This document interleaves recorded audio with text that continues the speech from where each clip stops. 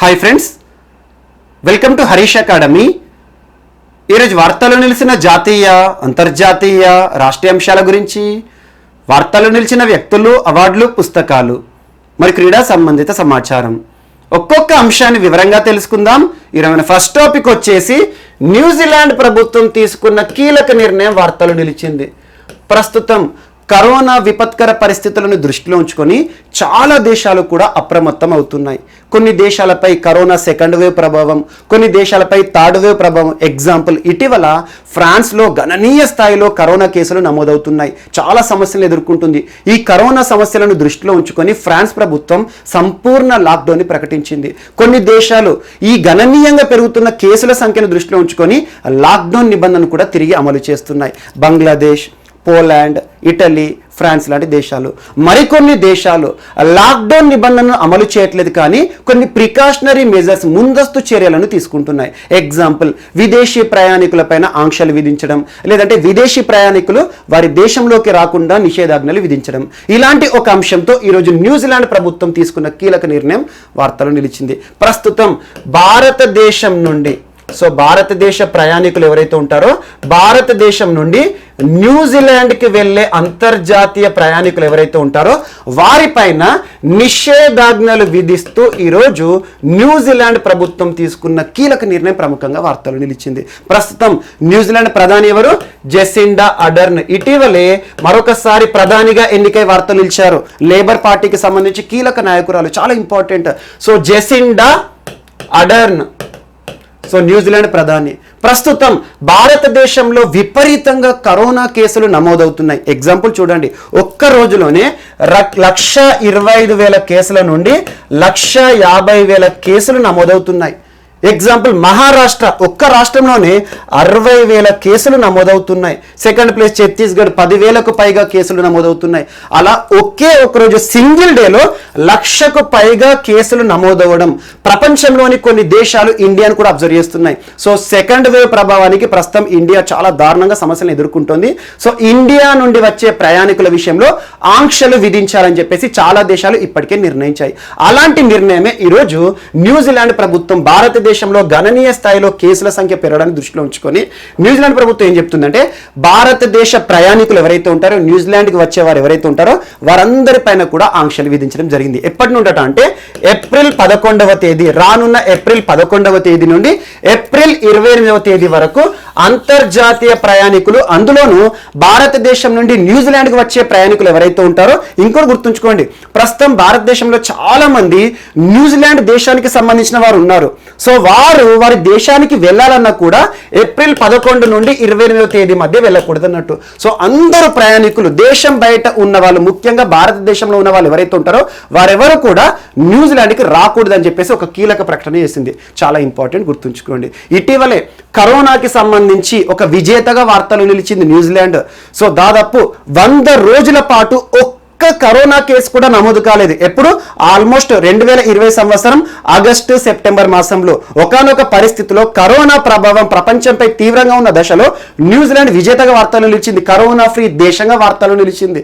ఆ తర్వాత ఇటీవలే న్యూజిలాండ్లో ఒక బిగ్ సిటీ వెల్లింగ్టన్ సిటీలో విపరీతంగా కేసులు నమోదవడాన్ని దృష్టిలో ఉంచుకొని వెల్లింగ్టన్ సిటీ మొత్తాన్ని కూడా లాక్డౌన్ ప్రకటించడం జరిగింది జెసిండా అడర్న్ గారు.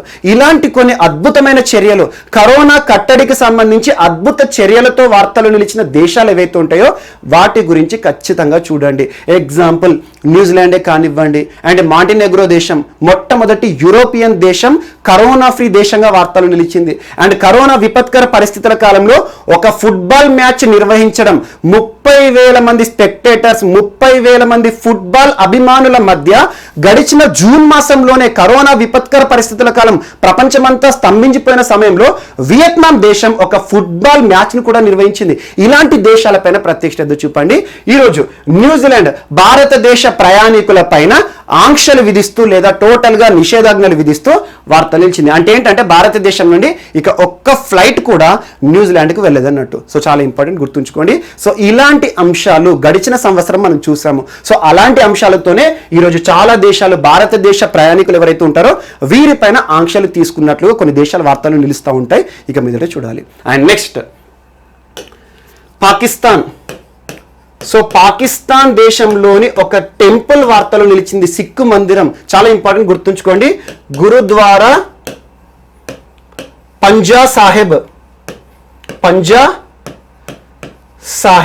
సో పాకిస్తాన్లోని ఒక సిక్కు దేవాలయం, సిక్కు మందిరం, గురుద్వారా పంజా సాహిబ్ ఎక్కడుందంటే పాకిస్తాన్లోని పంజాబ్ ప్రావిన్స్ లో ఉంది. ఇటీవల పాకిస్తాన్లోని దేవాలయాలు కూడా తరచూ వార్తలు నిలుస్తున్నాయి. దాదాపు 100 సంవత్సరాల చరిత్ర కలిగిన ఒక హిందూ దేవాలయం, ఖైబర్ పఖ్తుంఖ్వా అనే ఒక హిందూ దేవాలయం ఏదైతే ఉంటుందో ఆ హిందూ దేవాలయం పైన కొంతమంది ఆటంకవాదులు చొరబడి ఆ దేవాలయం మొత్తాన్ని కూడా ధ్వంసం చేయడం జరిగింది. ఇలాంటి అంశాలపైన ప్రత్యేకంగా చూడండి. ఈరోజు పాకిస్తాన్లోని గురుద్వారా పంజా సాహిబ్, ఇదెవరిది? సిక్కు మతానికి సంబంధించింది. ప్రతి సంవత్సరం కూడా ఈ దేవాలయం ఎందుకు ప్రముఖంగా వార్తలు నిలుస్తుందంటే బైసాఖి ఉత్సవాలు జరుగుతాయి. బైసాఖి. సో బైసాఖి ఉత్సవాలు ఎప్పుడట అంటే ఏప్రిల్ 13 లేదా 14, ఈ 2 రోజుల్లో ఏదో ఒక రోజు ఈ దేవాలయం మొత్తం కూడా, ఈ స్వర్ణ మందిరం మొత్తం కూడా సిక్కులు, ప్రపంచంలోని చాలా దేశాల్లో ఉండే సిక్కులు ఎవరైతే ఉంటారో ఈ ప్రాంతానికి వచ్చి సెలబ్రేషన్ చేసుకుంటారు. ఇందులో భాగంగా పాకిస్తాన్ హై కమిషన్ భారతదేశానికి సంబంధించి 1100 మంది, సో 1100 మంది సిక్కులకి వీసాలు శాంక్షన్ చేస్తూ ఈరోజు వార్తలు నిలిచింది. చాలా ఇంపార్టెంట్, గుర్తుంచుకోండి. గడిచిన సంవత్సరం ఈ ఉత్సవాలు జరగలేదు. కారణం ఏంటంటే కరోనా విపత్కర పరిస్థితులు మరియు భారతదేశం నుండి అంతర్జాతీయ స్థాయిలో విమానాల రాకపోకలపైన నిషేధాజ్ఞలు విధించడం. At the same time Pakistan కూడా అధికారికంగా నిర్వహించలేదు. చాలా ఇంపార్టెంట్. గురుద్వారా పంజా సాహిబ్ చాలా ఇంపార్టెంట్. సో ఇక్కడ ఏం చేస్తారంటే సింపుల్ ఏది ఏంటంటే సోలార్ న్యూ ఇయర్ అనుకోవచ్చు, ఒక నూతన సంవత్సర వేడుకలు అనుకోవచ్చు. సో బైశాఖ మాసం ఏదైతే ఉంటుందో బైశాఖ మాసం మొదటి రోజును బైశాఖి దివస్ గా, బైశాఖి ఫెస్టివల్ గా నిర్వహించుకుంటారు సిక్కు మతస్థులు. చాలా ఇంపార్టెంట్. అండ్ పాకిస్తాన్కి భారతదేశానికి సంబంధించి ఈ 2 దేశాలకి సంబంధించి కర్తార్పూర్ సాహిబ్ కూడా చాలా ఇంపార్టెంట్. సో కర్తార్పూర్ కారిడార్ అంటాం మనం. కర్తార్పూర్ కారిడార్ గురించి చాలాసార్లు మనం చర్చించుకున్నాం. ఒకసారి ప్రముఖంగా చూడండి. ఎందుకంటే పాకిస్తాన్లో సిక్కులు ఉన్నారు, ముఖ్యంగా పంజాబ్ ప్రావిన్స్ లో. భారతదేశంలో పంజాబ్ స్టేట్ లో సిక్కులు ఉన్నారు. సో వీరిరువురిని కలిపే కర్తార్ కారిడార్ ఏదైతే ఉంటుందో అది ఇంపార్టెంటే. At the same time Gurdwara Panja Sahib ప్రతి సంవత్సరం కూడా సిక్కు మతస్థులు కొన్ని వేల మంది, లక్షల మంది చేరి ఇక్కడ బైశాఖి వేడుకలను నిర్వహించుకుంటారు. ఇటీవల సిక్కు మతానికి సంబంధించి ఒక అత్యున్నత పండుగలు అనుకోవచ్చు, అద్భుత వేడుకలు అనుకోవచ్చు, బైశాఖి పండుగల సంబంధిత అంశంతో వార్తలు నిలిచిన దేశం ఏది అంటే పాకిస్తాన్. అందులో భారతదేశంలోని సిక్కులు కూడా ప్రతి సంవత్సరం వెళ్తూ ఉంటారు. ఆల్మోస్ట్ ఒక 3 to 4 డేస్ సంబరాల్లో భాగంగా వెళ్తారు. వారికి ఎవరు వీసా శాంక్షన్ చేయించాలి? ఆటోమేటిక్గా పాకిస్తాన్ దేశం. వాళ్ళ దేశంకి వెళ్తాం కాబట్టి ఆ దేశం వీసా ఇవ్వాలి. సో పాకిస్తాన్కి సంబంధించి హై కమిషన్ భారతదేశంలోని 1100 మంది సిక్కు మతస్థులు ఎవరైతే ఉంటారో వారికి ఈరోజు వీసా శాంక్షన్ చేస్తూ తీసుకున్న కీలక నిర్ణయం వార్తలు నిలిచింది. And next, film certificate appellate tribunal. Film certificate appellate tribunal. So tribunal అనే పదం ఎక్కడ కనిపించినా గుర్తుంచుకోండి, తీర్పులు ఇచ్చే సంస్థ అనుకోండి. ముఖ్యంగా ఏదైనా వివాదానికి సంబంధించి మనకు న్యాయస్థానాలు, కోర్టులు అంటాం కదా, ప్రత్యేకంగా ఎగ్జాంపుల్ చూడండి. మనకు ప్రభుత్వ రంగానికి సంబంధించి ఏమైనా వివాదాలు కానివ్వండి, ఒక ఉద్యోగి సీనియారిటీకి సంబంధించి కానివ్వండి, పెన్షన్కి సంబంధించి కానివ్వండి, ప్రభుత్వం నుండి ఏదైనా సమస్యను ఎదుర్కొంటారనుకోండి, ప్రభుత్వానికి సంబంధించిన సమస్యలు ఎక్కడ పోరాడాలి? ట్రిబ్యునల్స్, అడ్మినిస్ట్రేటివ్ ట్రిబ్యునల్స్ అంటాం మనం. చాలా ఇంపార్టెంట్. సో అలా ఈ ట్రిబ్యునల్స్ ఏవైతే ఉంటాయో, ట్రిబ్యునల్ అనే పదం ఎక్కడ ఉన్నా కూడా మనకు తీర్పులు ఇచ్చేవి, పరిష్కారం చూపేది. ఇక్కడ ఏంటి? ఫిల్మ్ సర్టిఫికేట్ ట్రిబ్యునల్ అంటున్నాను. So film certificate appellate tribunal అంటే ఏ రంగానికి సంబంధించింది? భారతదేశంలో చలనచిత్ర రంగానికి సంబంధించింది. So national board of film certification ఉంటుంది కదా, national board of film certification. Example చూడండి, భారతదేశంలో ఏదైనా ఒక సినిమా రిలీజ్ అవ్వాలి థియేటర్లో అంటే ఖచ్చితంగా national board of film certification ఈ సంస్థ నుండి సో క్లియరెన్స్ సర్టిఫికేట్ రావాలి. అందుకే చూడండి, ఏదైనా సినిమాకి వెళ్ళినప్పుడు మనకు ముందు ఒక సర్టిఫికేట్ కనబడుతుంది, యు అని, U/A అని చెప్పేసి ఇక్కడ మనకు ఇండికేషన్ ఇస్తారన్నట్టు. ఆ ఇండికేషన్ చాలా ఇంపార్టెంట్. అండర్ అడల్ట్ అని చెప్పేసి. సో ఇలాంటివి ఏవైతే ఉంటాయి, ఈ సర్టిఫికేట్ ఎవరు జారీ చేస్తారో? National board of film certification. So ఈ ఫిల్మ్ సర్టిఫికేషన్ సంబంధించి సంస్థ నుండి ఏవైనా వివాదాలు వచ్చినాయి అనుకోండి, ఎగ్జాంపుల్ నేను ఒక డైరెక్టర్ కానివ్వండి, ఒక ప్రొడ్యూసర్ని కానివ్వండి, ఈ national board of film certification నుండి ఏవైనా వివాదాలు ఎదుర్కొన్నా, ఏదైనా సమస్యను ఎదుర్కొన్నా కూడా నా సమస్య పరిష్కారం కోసం ఎక్కడికి వెళ్ళాలి? ఫిల్మ్ సర్టిఫికేట్ అపిలేట్ ట్రిబ్యునల్కి వెళ్ళాలి. వీరు ఏం చేస్తారు, ఈ సమస్య మొత్తాన్ని కూడా విచారించేసేసి దాని గురించి మొత్తం కూడా ఎంక్వైరీ చేసేసి మనకు పరిష్కారం చూపిస్తారు, ఒక తీర్పు అనేది ఇస్తారు. అలాంటి ఫిల్మ్ సర్టిఫికేట్ అపిలేట్ ట్రిబ్యునల్ని రద్దు చేస్తూ ఈరోజు కేంద్ర ప్రభుత్వం తీసుకున్న కీలక నిర్ణయం వార్తలు నిలిచింది. యాక్చువల్గా ఈ ఫిల్మ్ సర్టిఫికేట్ అపిలేట్ ట్రిబ్యునల్ అనేది ఒక స్టాచ్యుటరీ ఆర్గనైజేషన్, స్టాచ్యుటరీ బాడీ, చాలా ఇంపార్టెంట్ గుర్తుంచుకోండి, స్టాచ్యుటరీ బాడీ అంటున్నాను. ఎప్పుడైనా గుర్తుంచుకోండి, స్టాచ్యుటరీ అనే పదం వచ్చిందనుకోండి చట్టబద్ధ అనే అర్థాన్ని ఇస్తుంది. భారతదేశంలో చట్టబద్ధ సంస్థలు చాలా ఉంటాయి. Example national green tribunal 2010. అంటే అదేంటి, ఒక చట్టం ద్వారా ఒక ట్రిబ్యునల్ లేదంటే ఒక స్టాచ్యుటరీ బాడీ అంటే ఏంటంటే భారతదేశంలో స్టాచ్యుటరీ బాడీ యొక్క ప్రత్యేకత ఒక సంస్థను ఏర్పాటు చేయడానికి ఒక చట్టాన్ని చేస్తుంది పార్లమెంటు. ఒక చట్టం ఆధారంగా ఒక సంస్థ దేశంలో ఏర్పాటైనట్టుంటే దాన్ని స్టాచ్యుటరీ బాడీ అంటాం. ఎగ్జాంపుల్ మనకు నేషనల్ గ్రీన్ ట్రిబ్యునల్ అండ్ ఈ రోజు చర్చించుకుంటున్న statutory body. And constitutional bodies అంటాం, రాజ్యాంగబద్ధ సంస్థలు. భారతదేశంలో చాలా సంస్థలు ఉంటాయి. ఏదైనా ఒక సంస్థకి సంబంధించి ఒక ప్రకరణ, ఒక ఆర్టికల్ మన రాజ్యాంగంలో ఉందనుకోండి, మన రాజ్యాంగంలో ఒక ప్రకరణ ఒక సంస్థను సూచిస్తే ఆ సంస్థను రాజ్యాంగబద్ధ సంస్థ అంటాం. ఎగ్జాంపుల్ చూడండి, మనకు భారతదేశంలో ఎన్నికల సంఘం ఆర్టికల్ 324. సో ఇలాంటి సంస్థలు. మరి భారతదేశంలో సుప్రీంకోర్టే కానివ్వండి, సుప్రీంకోర్టు అనకూడదు, సో ఆర్టికల్ 280 తీసుకోండి. సో కేంద్ర ఆర్థిక సంఘం కానివ్వండి, ఆర్టికల్ 279 జిఎస్టీ కౌన్సిల్ కానివ్వండి, అండ్ అటార్నీ జనరల్ కానివ్వండి ఆర్టికల్ 76, ఆర్టికల్ 148 కాగ్ కానివ్వండి, ఆర్టికల్ 338 నేషనల్ కమిషన్ ఫర్ ఎస్సీస్, article 338A national commission for STs. ఇలాంటివి ఏవైతే ఉంటాయో ఒక సంస్థ పనిచేస్తుంది భారతదేశంలో, రాజ్యాంగంలోని ఒక ప్రకరణ ఆ సంస్థ గురించి చూపిస్తే రాజ్యాంగబద్ధ సంస్థ. సో ఇలాంటివి ఖచ్చితంగా చూడండి, పోటీ పరీక్షలో తరచు అడుగుతారు. సో స్టాచ్యుటరీ బాడీ అంటే ఏంటి, దీనికి సంబంధించి రాజ్యాంగంలో ఎలాంటి ప్రస్తావన ఉండదు, కానీ ఒక సంస్థను ఒక చట్టం ఆధారంగా ప్రభుత్వం ఏర్పాటు చేసింది అనుకోండి, దాన్ని చట్టబద్ధ సంస్థ అంటాం. ఈ సంస్థను ఫిల్మ్ సర్టిఫికేట్ అపిలేట్ ట్రిబ్యునల్ ని భారత ప్రభుత్వం 1983 సంవత్సరంలో ఏర్పాటు చేసింది. ఏ మంత్రిత్వ శాఖ పరిధిలోకి వస్తుంది ఈ ట్రిబ్యునల్ అంటే గుర్తుంచుకోండి, information and broadcasting. So central government సంబంధించి ఇన్ఫర్మేషన్ అండ్ బ్రాడ్కాస్టింగ్ సమాచార మంత్రిత్వ శాఖ అంటాం. ప్రస్తుతం ఎవరు, ప్రకాష్ జవదేకర్ గారు. ప్రకాష్ జవదేకర్ గారు ఇంకొక కీలక మంత్రిత్వ శాఖకు కూడా విధులు నిర్వర్తిస్తున్నారు, ministry of environment, forest and climate change. చాలా ఇంపార్టెంట్. సో ప్రకాష్ జవదేకర్ గారు ప్రస్తుతం కన్సర్న్ మినిస్టర్గా ఉన్నారు. సో ఇన్ఫర్మేషన్ అండ్ బ్రాడ్కాస్టింగ్ మంత్రిత్వ శాఖ పరిధిలో 1983 ఇయర్లో ఏర్పాటు చేయబడింది. మరి ఏ చట్టం ద్వారా అనేది డౌట్ రావాలి, ఎందుకంటే స్టాచ్యుటరీ బాడీ అంటేనే ఒక చట్టం ఆధారంగా ఏర్పాటు చేయాలన్నట్టు. So cinematograph act 1952.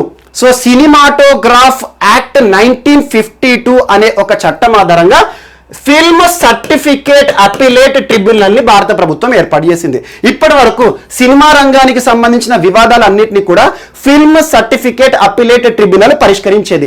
ఇక మీదట సినిమా రంగానికి సంబంధించి ఈ సంస్థని భారత ప్రభుత్వం రద్దు చేస్తోంది. కాబట్టి మరి సినిమా రంగానికి సంబంధించి వివాదాల పరిష్కారం కోసం మనం ఎక్కడికి వెళ్ళాలి, ఒక డైరెక్టర్ కానీ ప్రొడ్యూసర్ కానీ ఇక హైకోర్టుకి వెళ్ళాలంటారు. కన్సర్న్ స్టేట్కి సంబంధించి హైకోర్టుకి వెళ్ళాల్సి ఉంటుంది, లేదంటే సుప్రీంకోర్టుకి వెళ్ళాల్సి ఉంటుంది. సో గుర్తుంచుకోండి, ఇక్కడ అంతా స్టోరీ హిస్టరీ అవసరం లేదు. సో భారతదేశం ఇటీవల ఒక చట్టబద్ధ సంస్థ కాబట్టి రద్దు చేయబడుతుంది కాబట్టి ఖచ్చితంగా చూడండి. So film certificate appellate tribunal అనే సంస్థ ఒక చట్టబద్ధ సంస్థ ఇక మీదట ఉండదు. సో దీన్ని రద్దు చేస్తూ ప్రభుత్వం తీసుకున్న కీలక నిర్ణయం ఈరోజు వార్తలో నిలిచింది. అండ్ నెక్స్ట్, సో డెంగ్యూ ఫీవర్కి సంబంధించి, సో డెంగ్యూ ఫీవర్ మనకు డెంగ్యూ వ్యాధి లక్షణాలు మనకి ఏమైనా అనిపించినాయి అనుకోండి, అసలు డెంగ్యూ వ్యాధి ఉందా లేదా అని చెప్పేసి చాలా టెస్టులు చేస్తారు. అలాంటి డెంగ్యూ వ్యాధికి సంబంధించి నిర్ధారణ చేయడానికి విత్ ఇన్ 1 అవర్లో రిజల్ట్ చూపించే ఒక అధునాతనమైన పరికరాన్ని తయారు చేశారు ఐఐటి ఢిల్లీ శాస్త్రవేత్తలు. చాలా ఇంపార్టెంట్. అదేంటంటే surface enhanced Raman spectroscopy.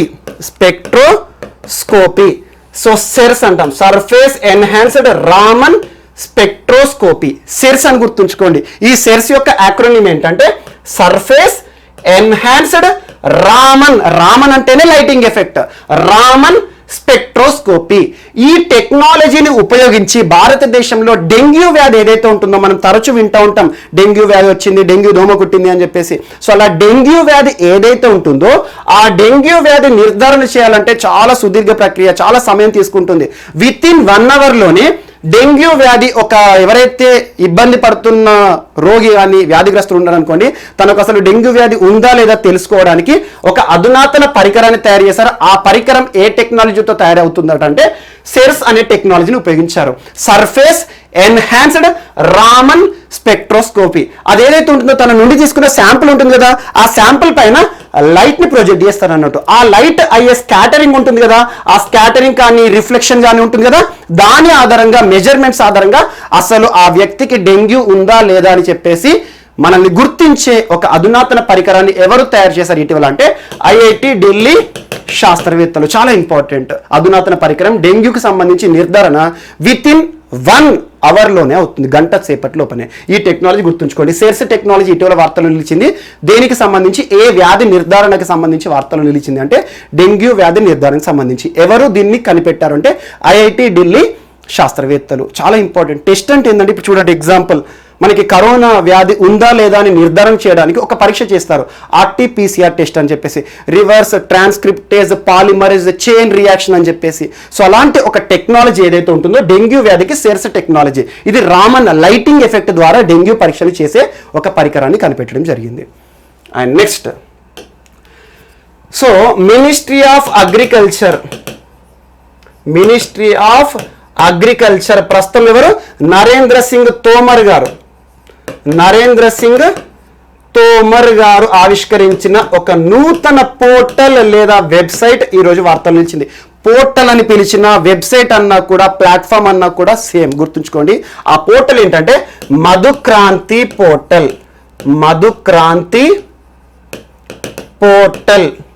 So మధుక్రాంతి portal అనేది ఇటీవల వార్తలు నిలిచింది. ఏ మంత్రిత్వ శాఖకి సంబంధించి అంటే మినిస్ట్రీ ఆఫ్ అగ్రికల్చర్, కేంద్ర వ్యవసాయ మంత్రిత్వ శాఖ. ప్రస్తుతం నరేంద్ర సింగ్ తోమర్ గారు మంత్రిగా ఉన్నారు. ఈ మధుక్రాంతి పోర్టల్ సింపుల్ గా గుర్తుంచుకోండి. మధు అంటే ఏంటంటే స్వీట్. మనకు స్వీట్ గా ఉండేది ఏంటి? హనీ. సో హనీ ఫార్మర్స్ ఎవరైతే ఉంటారో, తేనె పైన ఆధారపడిన రైతులు ఎవరైతే ఉంటారో వారు ఉత్పత్తి చేసిన తేనె ఉంటుంది కదా, ఈ హనీ బీస్ ఎపికల్చర్ ఉంటుంది కదా, అదంతా పెంచిన తేనెలో ఏదైతే తేనెటీగల నుండి వచ్చిన తేనె ఉంటుంది కదా, ఆ తేనెకి మార్కెటింగ్ సౌకర్యాలు కల్పించడానికి డిజిటల్ ప్లాట్ఫామే మధుక్రాంతి పోర్టల్. గుర్తుంచుకోండి. నేషనల్ బీ బోర్డ్ వారి ఆధ్వర్యంలో, నేషనల్ బీ బోర్డ్, బీ అంటే హనీ బీ అన్నట్టు, నేషనల్ బీ బోర్డు ఎక్కడ హెడ్ క్వార్టర్? న్యూఢిల్లీ కేంద్రంగా పనిచేస్తుంది. And national honey keeping and బీస్ మిషన్, NHBM అని గుర్తుంచుకోండి. నేషనల్ హనీ కీపింగ్ అండ్ బీస్ మిషన్ లో భాగంగా నేషనల్ బీ బోర్డ్ వారు రూపకల్పన చేసిన ఒక అధునాతన పోర్టల్, ఒక డిజిటల్ ప్లాట్ఫామే మధుక్రాంతి పోర్టల్. ఎవరు ఆవిష్కరించారు? కన్సర్న్ మినిస్టర్ ఎవరు? Ministry of agriculture. చాలా ఇంపార్టెంట్. భారతదేశంలో హనీ తేనె పరిశ్రమ పైన ఆధారపడిన వాళ్ళు ఎవరు? తేనె అంటే ముఖ్యంగా చూడండి, గిరి ప్రాంతాలు, గిరిజనులు ఎక్కువగా తేనెను ఉత్పత్తి చేస్తారు అన్నట్టు. ఆ హనీ బీస్ ఏవైతే ఉంటే వాటి నుండి ఆ తేనెను సేకరించేసి వాటిని ఆన్లైన్ విధానంలో విక్రయించడం అన్నట్టు. అందుకోసం ఒక పోర్టల్ ప్రారంభించడం జరిగింది. ఆ పోర్టల్ పేరే మధుక్రాంతి. మధు మీన్స్ స్వీట్, గుర్తుంచుకోండి. అండ్ నెక్స్ట్, ఈరోజు 2 మంత్రిత్వ శాఖలు వార్తలు నిలిచాయి. ఒకటి మినిస్ట్రీ ఆఫ్ హెల్త్. ఇటీవల తరచూ వార్తలు నిలుస్తుంది మినిస్ట్రీ ఆఫ్ హెల్త్. ఈ కరోనా విపత్కర పరిస్థితుల కాలంలో చాలా సార్లు, దాదాపు 100 సార్లు మినిస్ట్రీ ఆఫ్ హెల్త్ వార్తలు నిలిచింది. ప్రస్తుతం మంత్రి ఎవరు? Ministry of health, ministry of SNT science and technology, ministry of earth sciences. మూడింటికి కూడా కన్సర్న్ మినిస్టర్ ఒకరే, హర్షవర్ధన్ గారు. చాలా ఇంపార్టెంట్. సో నిన్నటి రోజున కూడా మనం చూసాం ఈ మంత్రిత్వ శాఖకి సంబంధించి ఇంటిగ్రేటెడ్ హెల్త్ ఇన్ఫర్మేషన్ ప్లాట్ఫామ్ అని చెప్పేసి. చాలా ఇంపార్టెంట్. ఆ ప్లాట్ఫామ్ గురించి చూడండి ఒకసారి, నిన్న క్లాస్లో మనం చూసాం. అండ్ ఇటీవల కాలంలో draft policy of rare disease ని కూడా విడుదల చేశారు. సో కరోనా విపత్కర పరిస్థితుల కాలంలో చాలా ప్రికాషనరీ మెజర్స్ ఇచ్చే వాళ్ళు కూడా ఈ మంత్రిత్వ శాఖనే. So ministry of health. And ministry of tribal welfare, గిరిజన వ్యవహారాల మంత్రిత్వ శాఖ అంటున్నారు. ప్రస్తుతం భారతదేశంలో గిరిజనులకు సంబంధించి సంక్షేమ మంత్రిత్వ శాఖ ఎవరు? అర్జున్ ముండా గారు. ఇటీవల తరచూ ఈ శాఖ కూడా వార్తలు నిలుస్తుంది, ఈ మంత్రిత్వ శాఖ. ఈ మంత్రిత్వ శాఖకి సంబంధించి ట్రైఫెడ్ వార్తలు నిలిచింది. చాలా ఇంపార్టెంట్.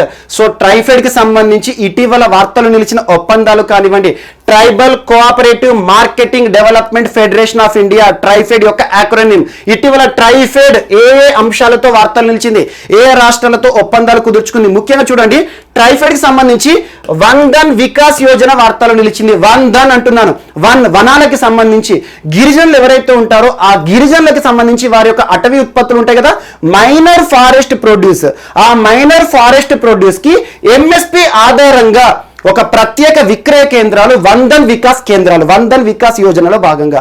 సో ఇటీవల మణిపూర్ ఒక ఛాంపియన్ స్టేట్, మోడల్ స్టేట్ గా వార్తలు ఇచ్చింది. వందన్ వికాస్ యోజనను అద్భుతంగా అమలు చేస్తున్న రాష్ట్రంగా. సో అలా ట్రైఫెడ్ గురించి ఇటీవల తరచూ చూస్తున్నాం. ఈ రోజు ministry of health, ministry of tribal welfare, ఈ రెండు మంత్రిత్వ శాఖలు సంయుక్తంగా ఒక ప్రత్యేక కార్యక్రమాన్ని ప్రారంభించడం జరిగింది. అనామాయ, ఇది నిన్నటి సంబంధించింది. So అనామాయ, not Annamayya, అనామాయ. సో అనామాయ అనే ఒక ప్రత్యేక కార్యక్రమం దేనికి సంబంధించింది అంటే, ఇక్కడ మినిస్ట్రీ ఆఫ్ హెల్త్ ఇన్వాల్వ్ అవుతుంది, ఆరోగ్య మంత్రిత్వ శాఖ. ఆటోమేటిక్ ఏంటి, సో గిరిజనులు ఎవరైతే ఉంటారో భారతదేశంలో దాదాపు 700కు పైగా గిరిజన జాతులు ఉన్నాయి. అలాంటి వారు ఎవరైతే ఉంటారో దేశంలోని మొత్తం గిరిజనులకి కూడా హెల్త్ రిలేటెడ్ మెజర్స్ తీసుకునే కార్యక్రమమే అనామాయ. అంటే వారికి వచ్చే వ్యాధులు కానివ్వండి, ఆ వ్యాధులకు సంబంధించి పరిష్కారం కానివ్వండి, సో గిరిజనులకు సంబంధించి పోషకాహార పదార్థాలు ఏ రకంగా ఉండాలి, ఇలాంటి అన్ని అవేర్నెస్ కూడా ఈ ప్రోగ్రాంలో భాగంగా రెండు మంత్రిత్వ శాఖలు అమలు చేస్తాయి. సో అనామాయ ప్రోగ్రాం కోసం వార్తలు నిలిచిన రెండు ప్రైవేట్ సంస్థలు ఏంటి అంటారు. ఒకటి పిరామల్ ఫౌండేషన్. పిరామల్, మనకు పిరామల్ అనేది ఒక హెల్త్ రిలేటెడ్, ముఖ్యంగా ఒక ఫార్మా రంగానికి సంబంధించి కూడా చాలా మెడిసిన్స్ ఉంటాయి పిరామల్ వారి medicines. So Piramal foundation and bill and Melinda gates foundation. So bill and Melinda gates foundation ఇటీవల తరచూ వార్తలు ఇస్తుంది. కోవాక్స్ కి సంబంధించి కూడా మీకు చెప్పాను, కోవాక్స్ వ్యాక్సిన్ నేషనలిజం కి వ్యతిరేకంగా పనిచేసేది, చాలా important. So Piramal foundation, bill and Melinda gates foundation సంయుక్తంగా అనామయ కార్యక్రమాన్ని తీసుకెళ్ళబోతుంది ముందుకు. ఎక్కడికి? So tribal related welfare measures regarding health అన్నట్టు. సో వారికి వచ్చే ఆరోగ్యపరమైన సమస్యలకు పరిష్కారం వెతికే అత్యున్నత ఒక అధునాతన కార్యక్రమమే అనామయ. ఏ మంత్రిత్వ శాఖలు ఇన్వాల్వ్ అయ్యి ఇక్కడ? Ministry of health and ministry of tribal welfare. గిరిజనులకు సంబంధించి వైద్యపరమైన ఆరోగ్యపరమైన సమస్యలకు పరిష్కారం, అంటే వారికి వచ్చే వ్యాధులు కానివ్వండి, వారికి సంబంధించి నిర్ధారణ కానివ్వండి, వారికి ఇచ్చే ట్రీట్మెంట్ కానివ్వండి, అన్ని కూడా అనామయ కార్యక్రమం ద్వారా అమల్లోకి వస్తాయి అన్నట్టు, చాలా ఇంపార్టెంట్. అండ్ ఇక్కడే ఇంకొక మంత్రిత్వ శాఖకి సంబంధించి ఒక ఒప్పందం కూడా మైనర్గా గుర్తుంచుకోండి, అంత పెద్ద ఇంపార్టెంట్ కాదు. National medicinal plants board, national medicinal plants board అంటున్నాను. So national medicinal plants board అనేది ఏ మంత్రిత్వ శాఖ ఆధ్వర్యంలోకి వస్తుంది? Medicine plants. ఆటోమేటిక్ ఏంటి? ప్లాంట్స్ ను ఉపయోగించి వైద్యం ఇవ్వడం, అంటే ministry of AYUSH. So AYUSH. So ప్రస్తుతం భారత ప్రభుత్వం 2014లో నరేంద్ర మోదీ గారి ప్రభుత్వం ఎన్డీఏ కూటమి అధికారంలోకి వచ్చిన తర్వాత ఆయుష్ మంత్రిత్వ శాఖ అమల్లోకి వచ్చింది, చాలా ఇంపార్టెంట్. ఆయుర్వేద, యోగ, యునాని, సిద్ధ, హోమియోపతి. సో మన చరిత్రలో కీలకమైనవి ఏవైతే ఉంటాయో, వనమూలికలు ఏవైతే ఉంటాయో వాటి ద్వారా కానివ్వండి, ప్రకృతి ద్వారా వైద్యం ఇవ్వడం అన్నట్టు. సో అలా ఆయుష్ మంత్రిత్వ శాఖకి సంబంధించి నేషనల్ మెడిసినల్ ప్లాంట్స్ బోర్డుకి మరియు veterinary science wing, veterinary science wing, veterinary science అంటే ఏంటి? ఎనిమల్ హస్బెండరీ మంత్రిత్వ శాఖకి సంబంధించి. సో పశు సంవర్ధక మంత్రిత్వ శాఖ అంటాం. ప్రస్తుతం ఫిషరీస్ పశు సంవర్ధక శాఖ మంత్రిగా ఎవరున్నారు? గిరిరాజ్ సింగ్ గారు. ఈ రెండింటి మధ్య కూడా కుదిరిన ఒప్పంద వార్తలు ఇచ్చింది, national medicinal plant board and veterinary science కి సంబంధించి. ముఖ్యంగా ఏంటంటే ప్రస్తుతం భారతదేశంలో చాలా మంది ప్రజలకి కూడా ఆయుర్వేద ఉత్పత్తుల పైన వ్యాధులకు నివారణ ఏ రకంగా పరిష్కారం వెతుకోవచ్చని ప్రజల్లో అవగాహన కల్పిస్తుంది కేంద్ర ప్రభుత్వం. అంటే ఆయుర్వేద ఉత్పత్తులకి అవగాహన కల్పించడం, వారికి ప్రాధాన్యత ఇవ్వడం, ముఖ్యంగా మనుషుల్లో వచ్చే వ్యాధులకి రెమెడీ. కానీ పశువుల్లో వచ్చే వ్యాధులు ఉంటాయి కదా, అలా పశువుల్లోని వ్యాధులకి కూడా ఈరోజు ఆయుర్వేదం అనేది అద్భుతంగా పనిచేస్తుంది అని చెప్పే ఒక ఒప్పందం, చాలా ఇంపార్టెంట్. అంటే వెటర్నరీ అంటే ఏంటంటే భారతదేశంలో పశువులకి సంబంధించి వైద్యం చేసే వింగ్ అనుకోండి. సో భారతదేశంలో పశువుల్లో వచ్చే వ్యాధులు ఏవైతే ఉంటాయో ఆ పశువుల్లో వచ్చే వ్యాధులను కూడా ఆయుర్వేదిక్ ఉత్పత్తుల ద్వారా నయం చేయొచ్చు. అలాంటి ప్రక్రియ ప్రారంభమైంది ఈ రోజు ఈ ఒప్పందం ద్వారా, చాలా ఇంపార్టెంట్. సో దీనికి సంబంధించి పరీక్షలు కూడా చేయబోతున్నారు, అంటే క్లినికల్ ట్రయల్స్, ఏ మెడిసిన్, ఏ ఆయుర్వేద ఉత్పత్తి ఏ జంతువు పైన ఎలా పనిచేస్తుందని చెప్పేసి. సో ఇమ్యూనిటీ బూస్టర్స్ కూడా ఇస్తారన్నట్టు. ఇమ్యూనిటీ బూస్టర్ అంటే ఇటీవల కాలంలో మనం చూసాం ఆయుష్ క్వాత్ అనే ఒక ప్రోడక్ట్. కరోనా లాంటి విపత్కర పరిస్థితుల కాలంలో కరోనా ప్రభావం ప్రతి వ్యక్తి పైన సమానంగా లేదు. కొంతమంది తీవ్రంగా ప్రభావితం అయ్యారు, కొంతమందికి అసలు వ్యాధి లక్షణాలు కూడా బయటపడలేదు. సో ఎందుకు? మన లోపల ఉండే ఇమ్యూనిటీ, రోగ నిరోధక శక్తి, అలాంటి రోగ నిరోధక శక్తిని పెంచే ప్రోడక్ట్స్ని కూడా పశువుల పైన ప్రయోగిస్తారు అన్నట్టు. అంటే పశువుల్లో కూడా ఆయుర్వేద మందులు ఇచ్చే ఒక కొత్త కార్యక్రమానికి ఈ ఒప్పందం ఈరోజు వార్తలు నిలిచింది. సో దీని గురించి రానున్న రోజుల్లో మరిన్ని ప్రముఖమైన అంశాలు వార్తలు ఇస్తే మనం చూడాలి. అండ్ నెక్స్ట్, సో ఈరోజు ఒక రోబో కుక్క వార్తలు నిలిచింది. రోబో పెంపుడు కుక్క చాలా ఇంపార్టెంట్. ఎగ్జాంపుల్, లాస్ట్ ఒక 4 months బ్యాక్ స్పాట్ అనే ఒక డాగ్ గురించి మనం చర్చించుకున్నాం. స్పాట్ అనే డాగ్ మొట్టమొదటి రోబో కుక్క. ఏ దేశం వారికి సంబంధించింది? యుఎస్ఏకి సంబంధించి, యునైటెడ్ స్టేట్స్ ఆఫ్ అమెరికాకి సంబంధించి బోస్టన్ డిఫెన్స్ సర్వీసెస్ వారు తయారు చేసిన కుక్క స్పాట్. ఈ స్పాట్ కుక్క యొక్క ఉపయోగం ఏంటంటే పారిశ్రామిక అవసరాలకు ఉపయోగపడుతుంది. అదే ఈ రోజు ఒక రోబో కుక్క, ఈ రోబో కుక్క పేరు ఏంటంటే ఆల్ఫా వేరే కుక్క, స్పాట్ వేరే కుక్క. స్పాట్ అనేది అమెరికాకి సంబంధించింది, ఆల్ఫా రోబో డాగ్ అనేది చైనాకి సంబంధించింది. అంటే దీనికి వ్యతిరేకంగా మేము ఇంకొక కుక్కను తయారు చేసామని చెప్పేసి అమెరికాకి వ్యతిరేకంగా చైనా వారు తయారు చేసిన ఒక రోబో కుక్క అనుకోండి. ఈ ఆల్ఫా డాగ్ ఏంటంటే పారిశ్రామిక అవసరాలకు ఉపయోగపడదు. చైనాలో డాగ్ లవర్స్ ఎక్కువగా ఉంటారు. డాగ్ లవర్స్ అంటే ఏంటంటే కుక్క ప్రేమికులు, చాలా మందికి కూడా కుక్కల్ని పెంచుకోవడం అంటే ఇష్టంగా ఉంటుంది. సో అలా పెంపుడు కుక్కల ఉపయోగపడే అండ్ టెక్నాలజీ ఆధారంగా నడిచే ఒక కుక్కను తయారు చేసి చైనా ఈరోజు వార్తలు ఇచ్చింది. ప్రపంచంలో మొట్టమొదటి పెంపుడు కుక్క రోబో కుక్క అనొచ్చు. ఆ కుక్క పేరేంటి? ఆల్ఫా. ఈ కుక్కను తయారు చేసిన సంస్థ పేరేంటంటే వెలియన్ అనే సంస్థ. ఈ వెలియన్ అనే సంస్థ ఎక్కడ ఉంది అంటే చైనా దేశంలోని నాన్జంగ్ వద్ద ఉంది. నాన్జంగ్, చైనాలో అన్ని నాన్జంగ్, బీజింగ్ ఇలాంటి పేర్లతో ఉంటాయి, జంగ్ అంటారు. సో నాన్జంగ్ లో ఉన్న వెలియాన్ అనే ఒక సంస్థ ఆల్ఫా డాగ్ అనే ఒక పెంపుడు కుక్క, రోబో కుక్కను తయారు చేసింది. ఇప్పుడు విపరీతంగా ప్రపంచవ్యాప్తంగా ఈ డాగ్ కి చాలా ఆదరణ దక్కింది. ఈ రోజు వార్త నిలిచింది. ఈ కుక్క యొక్క ప్రత్యేకత ఏంటంటే డాగ్ తోక ఆడిస్తూ ఉంటుంది. సేమ్ ఇది కూడా మనకి ఏవైతే పెంపుడు కుక్కలు చేస్తాయో అలాంటి అన్ని రకాల ఆనందాలు కూడా ఈ కుక్క ఇస్తుంది అన్నట్టు. సో ఇటీవల వార్తలు నిలిచిన ఆల్ఫా డాగ్ అనేది ఏ దేశం తయారు చేసిన స్పాట్ కుక్కకి ప్రత్యర్థిగా ఉంటుంది అని చెప్పొచ్చు. అంటే అమెరికా వారు తయారు చేసిన స్పాట్, చైనా వారు తయారు చేసిన ఆల్ఫా డాగ్. చాలా ఇంపార్టెంట్ గుర్తుంచుకోండి. ఎందుకంటే రోబోటిక్స్ ఆధారంగా ఇటీవల వార్తలు నిలుస్తున్నవా ఇవన్నీ చూడండి. అండ్ ఇటీవల చూడండి ముఖ్యంగా రోబో ఫ్రాగ్ కూడా వార్తలు ఇచ్చింది. ఇలాంటి అంశాలపైన ప్రత్యేక శ్రద్ధ చూడండి. Okay, next, so India Seychelles సంబంధాలు ఈరోజు వార్తలు నిలిచాయి. India Seychelles. సో భారత ప్రధాని నరేంద్ర మోదీ గారు సీషెల్స్ అంటేనే గుర్తుంచుకోండి, హిందూ మహాసముద్రంలో ఉన్న ఒక దీవి దేశం, ఐలాండ్ నేషన్, చాలా సుందర దేశం అనుకోవచ్చు, చాలా మంది పర్యాటకులను ఆకర్షించే దేశం. సీషెల్స్ అంటేనే పర్యాటక పరంగా బ్రతుకుతున్న దేశం అనుకోవచ్చు. ప్రస్తుతం సీషెల్స్ కి దేశాధినేతగా ఉన్న వారు ఎవరు? Wavel Ramkalawan. So Seychelles దేశాధినేత, దేశాధ్యక్షుడు. సో భారత ప్రధాని నరేంద్ర మోదీ గారు ఇటీవల చాలా ప్రత్యేక అంశాలు ప్రారంభించారు. ఎగ్జాంపుల్ చూడండి, mission Sagar security and growth for all in the region. In which region? Indian Ocean region. Indian Ocean లో ఉన్న చిన్న చిన్న దేశాలను ఆదుకోవడానికి కరోనా విపత్కర పరిస్థితుల కాలంలో మిషన్ సాగర్ 1, 2, 3, 4 ఇలాంటివి చూస్తున్నాం. అండ్ ఆపరేషన్ సంజీవని పేరుతో మాల్దీవ్స్ తో సంబంధాలు. ఈ రోజు సీషెల్స్ దేశంలో యాక్చువల్గా నిన్నటి రోజున భారత ప్రధాని నరేంద్ర మోదీ గారు సీషెల్స్ లో కొన్ని అభివృద్ధి కార్యక్రమాలను ప్రారంభించారు. ఆ అభివృద్ధి కార్యక్రమాలు ఏంటంటే భారత ఆర్థిక సాయంతో నిర్మితమైన కోర్టు భవనాన్ని ప్రారంభించారు. కోర్టు భవనం మరియు సోలార్ విద్యుత్ తయారీ కర్మాగారం, సోలార్ రెన్యూవబుల్ ఎనర్జీని తయారు చేసే ఒక కర్మాగారం భారత్ ఆర్థిక సాయంతో తయారవుతుంది. అండ్ పాఠశాలకు సంబంధించి, విద్యాశాఖకి సంబంధించి అభివృద్ధి కార్యక్రమాలకు శంకుస్థాపన మరియు కొన్నింటిని ప్రారంభించడం జరిగింది.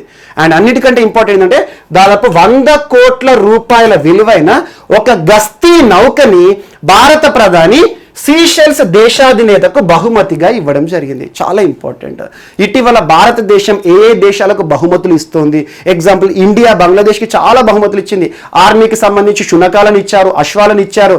అండ్ ఇటీవల వారికి సంబంధించి లెగసీ అలోవెట్ అనే ఒక ప్రత్యేక హెలికాప్టర్ని కూడా ఇచ్చారు. చాలా ఇంపార్టెంట్. సో అలా ఈ రోజు అండ్ ఇటీవల చూడండి మయన్మార్ దేశానికి మనం ఇచ్చిన ప్రత్యేక సబ్మెరైన్ ఐఎన్ఎస్ సింధువీర్ కానివ్వండి, ఇలాంటి అంశాలు ప్రత్యేకంగా చూడండి. సో ఈ రోజు ఇండియా సీషెల్స్ సంబంధాల భాగంగా భారత ప్రధాని ఒక గస్తీ నౌక, 100 కోట్ల రూపాయల విలువైన ఒక గస్తీ నౌకను కూడా వారి రక్షణ అవసరాలకు ఉపయోగపడే రీతిలో ఉంటుంది అని చెప్పేసి ఇవ్వడం జరిగింది. ఇదొకటి కూడా చాలా ఇంపార్టెంట్. అండ్ నెక్స్ట్ రాష్ట్రీయ అంశాలు.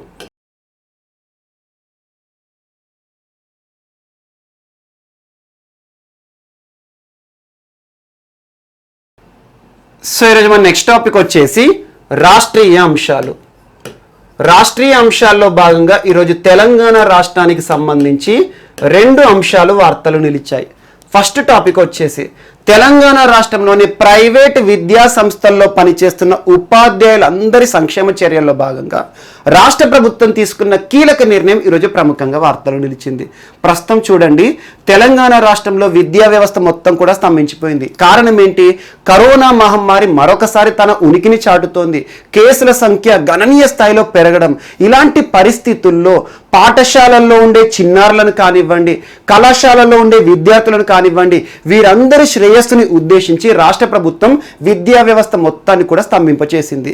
ఈ నిర్ణయం ద్వారా చాలా మంది ప్రైవేట్ రంగంలోని టీచర్స్ ప్రభావానికి గురయ్యారు. వీరందరూ కూడా ప్రభుత్వం తీసుకున్న నిర్ణయాన్ని తప్పుపట్టారు.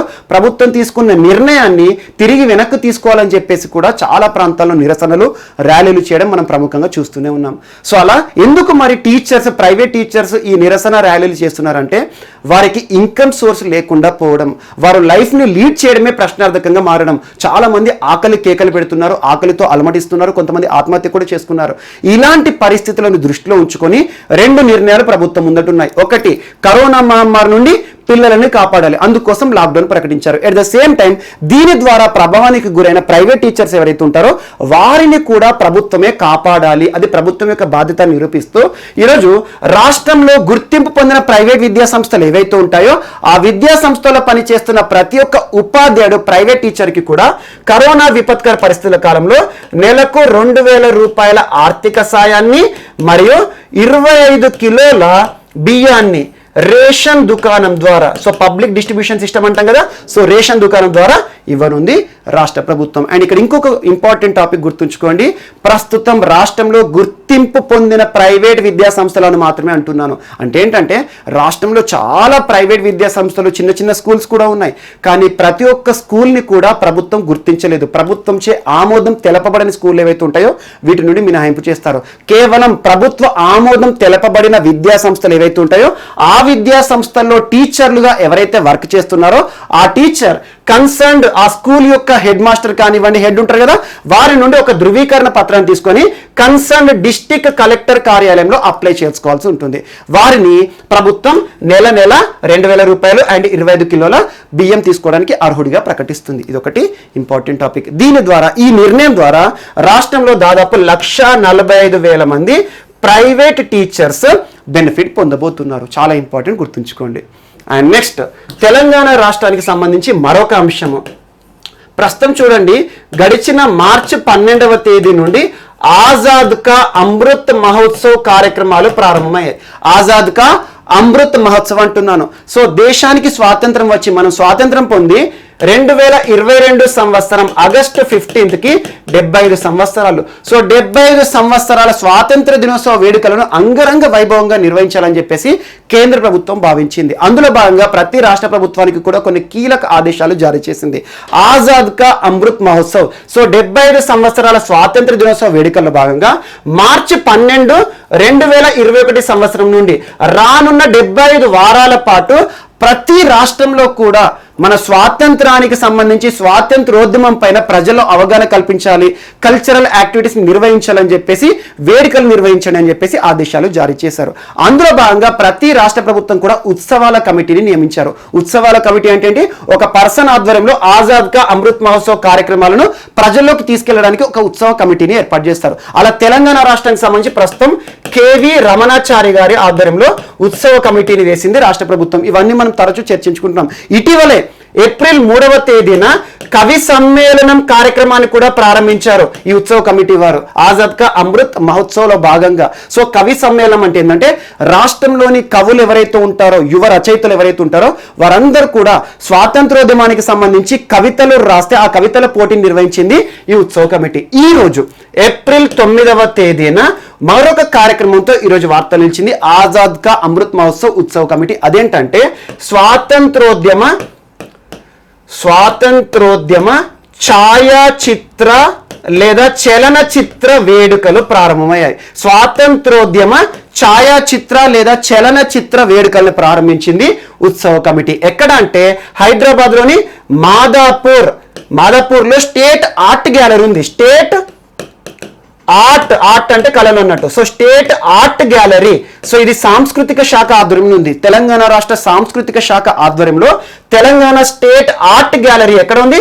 మాదాపూర్, హైదరాబాద్ లో ఉంది. సో ఇక్కడ స్వాతంత్రోద్యమ ఛాయాచిత్ర వేడుకలను ప్రారంభించింది రాష్ట్ర ప్రభుత్వం. అంటే ఏంటంటే ముఖ్యంగా ఆజాద్ కా అమృత్ మహోత్సవాల భాగంగా 1857 సంవత్సరం నుండి, చాలా ఇంపార్టెంట్, 1857 సంవత్సరం నుండి 1947 మనకు స్వాతంత్రం వచ్చింది కదా, ఈ సంవత్సరం నుండి ఈ సంవత్సరం మధ్య కాలంలో జరిగిన కీలక ఘట్టాలు, స్వాతంత్రోద్యమ ఘట్టాలు ఏవైతే ఉంటాయో ప్రతి ఒక్క ఘట్టానికి సంబంధించి ప్రజల్లో అవగాహన కల్పించాలి, తెలియజేయాలని చెప్పేసి వాళ్ళందరినీ ఎడ్యుకేట్ చేయమంటే ఎవరి రాష్ట్ర ప్రజలందరినీ కూడా ఎడ్యుకేట్ చేసే ఒక కార్యక్రమం అనుకోవచ్చు. సింపుల్గా చూడండి, 1857 సంవత్సరం అంటే ఏంటి?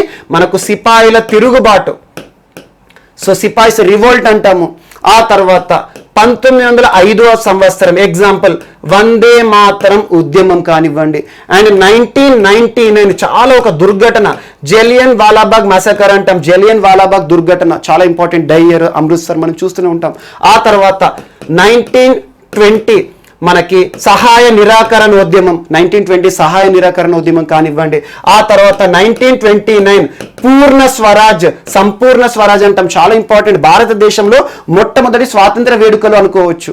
ఆ తర్వాత 1930 శాసనోల్లంఘన ఉద్యమం, సివిల్ డిసోబీడియన్స్ అంటాం మనం హిస్టరీలో, శాసనోల్లంఘన ఉద్యమం గురించి కానివ్వండి. అండ్ 1942 క్విట్ ఇండియా ఉద్యమం గాంధీకి సంబంధించి. ఆ తర్వాత 1947లో జరిగిన కీలక ఘట్టాలు. అండ్ 1946 నుండి 1949 అండ్ 1950 మధ్య కాలంలో మన రాజ్యాంగ రచనకి సంబంధించి, రాజ్యాంగ పరిషత్ విధి విధానాల గురించి, వీటన్నిటి విషయంలో కూడా మన స్వాతంత్రం పొందే వరకు అసలు ఎలాంటి పరిణామాలు ఉండే, మన స్వాతంత్రోద్యమ నాయకులు ఎంతటి బలిదానాలు చేశారు, అంబేద్కర్ యొక్క పాత్రే కానివ్వండి, లేదంటే మనకు భగత్ సింగ్ యొక్క పాత్రే కానివ్వండి, మహాత్మా గాంధీ యొక్క పాత్ర కానివ్వండి, సుభాష్ చంద్రబోస్ గురించి కానివ్వండి, అలా కీలకమైన నాయకులు ఎవరైతే ఉంటారో, ఉద్యమాలను ముందుండి నడిపిన వారు ఎవరైతే ఉంటారో వారందరికి సంబంధించిన ఇమేజెస్ అండ్ వీడియోస్ వాటన్నిటిని కూడా టెలికాస్ట్ చేయబోతున్నారు.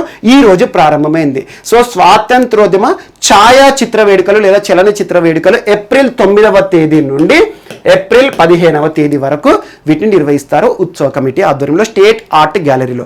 దీనిని ఈరోజు తెలంగాణ రాష్ట్ర శాసన మండలి చైర్మన్, మనకు ద్విసభా విధానం ఉందిగా తెలంగాణ రాష్ట్రంలో, సో శాసన మండలికి చైర్మన్ అంటాం, శాసనసభకు స్పీకర్ అంటాం. సో శాసన మండలి చైర్మన్ ఎవరు? గుత్తా సుఖేందర్ రెడ్డి గారు. సో గుత్తా సుఖేందర్ రెడ్డి గారు దీనిని ప్రారంభించడం జరిగింది. తన చేతుల మీదుగా ప్రారంభమైన వేడుకలు ఈరోజు ప్రముఖంగా వార్తలు నిలిచాయి. చాలా ఇంపార్టెంట్, గుర్తుంచుకోండి. ఛాయాచిత్ర వేడుకలు కానివ్వండి, ఇటీవల మనం చర్చించుకున్న కవి సమ్మేళన కార్యక్రమాలు కానివ్వండి, దేశంలో ఆజాద్ కా అమృత్ మహోత్సవ్ సంబంధించి కొన్ని రాష్ట్రాలు ప్రత్యేకంగా వార్తలు నిలుస్తున్నాయి, వాటి గురించి కూడా చూడండి, చాలా ఇంపార్టెంట్. అండ్ నెక్స్ట్, సో సంస్కృతికి సంబంధించి ఒడిషా రాష్ట్రానికి సంబంధించి ఒడిషా ఇతిహాస్ ఈరోజు వార్తల్లో నిలిచింది. ఒడిషా ఇతిహాస్, సో ఒడిషా రాష్ట్రానికి సంబంధించిన ఇతిహాసం అన్నట్టు. సో ఒడిషా ఇతిహాస్ అనే ఒక పుస్తకాన్ని ఎవరు ఆవిష్కరించారంటే భారత ప్రధాని నరేంద్ర మోదీ గారు. భారత ప్రధాని నరేంద్ర మోదీ గారు ఆవిష్కరించిన ఒక ప్రత్యేక పుస్తకం ఒడిషా ఇతిహాస్. యాక్చువల్గా ఈ పుస్తకం యొక్క వాస్తవ రచయిత ఎవరు అంటే హరే కృష్ణ మహతాబ్. హరే కృష్ణ మహతాబ్. సో ఈ పుస్తకం ఇప్పటి వరకు ఒడియా భాషలోను ఇంగ్లీష్లో మాత్రమే ఉంది. ఇంగ్లీష్, ఒడియా మరియు ఇంగ్లీష్ భాషలో మాత్రమే అందుబాటులో ఉంది. ఈ పుస్తకాన్ని హిందీలోకి అనువదించిన పర్సన్ శంకర్ లాల్ పురోహిత్. శంకర్ లాల్ పురోహిత్ ఈరోజు హిందీ వర్షన్ ని ఆవిష్కరించడం జరిగింది భారత ప్రధాని నరేంద్ర మోదీ గారు ఏప్రిల్ 9వ తేదీ. చాలా ఇంపార్టెంట్. సో ఎప్పుడైనా గుర్తుంచుకోండి, కొన్ని పుస్తకాలు చరిత్రకి సంబంధించినవి ఉంటాయి, కొన్ని పుస్తకాలు అడ్మినిస్ట్రేషన్ సంబంధించి ఉంటాయి, కానీ ఎలాంటి పుస్తకాలు వార్తలు ఇచ్చినా ప్రముఖుల చేతుల మీదుగా ఆవిష్కృతమైంది అనుకోండి, దానికి ఇంపార్టెన్స్ వస్తుంది. ఇటీవల వెంకయ్య నాయుడు గారు ఆవిష్కరించిన ప్రత్యేక పుస్తకాలు సుపరిపాలన పుస్తకం కానివ్వండి, మరియు agriculture in India Mohan Kanda IAS garu రాశారు. మరియు ఇటీవల కాలంలో Neelima Rani my hero and my worship అని చెప్పేసి ఒక పుస్తకం గురించి మనం చూసాము. సో ఇలాంటి పుస్తకాలు ఏవైతే ఉంటాయో దేశ ఉపరాష్ట్రపతి వెంకయ్య నాయుడు గారు కానివ్వండి, దేశ రాష్ట్రపతి రామ్నాథ్ కోవింద్ గారు కానివ్వండి, దేశ ప్రధాని నరేంద్ర మోదీ గారు కానివ్వండి, వీరు ఆవిష్కరించిన పుస్తకాలు తరచూ వార్తలు నిలుస్తున్నాయి, వాటిపైన ప్రత్యేక శ్రద్ధ చూపండి. ఓకే, ఈరోజు ఒడిషా ఇతిహాస్ హిందీ వర్షన్ పుస్తకాన్ని భారత ప్రధాని నరేంద్ర మోదీ గారు ఆవిష్కరిస్తూ వార్తలు నిలిచారు. చాలా ఇంపార్టెంట్. ఒడిషా చరిత్రకి సంబంధించి, వారి సంస్కృతికి సంబంధించి ఇతిహాసం అన్నట్టు.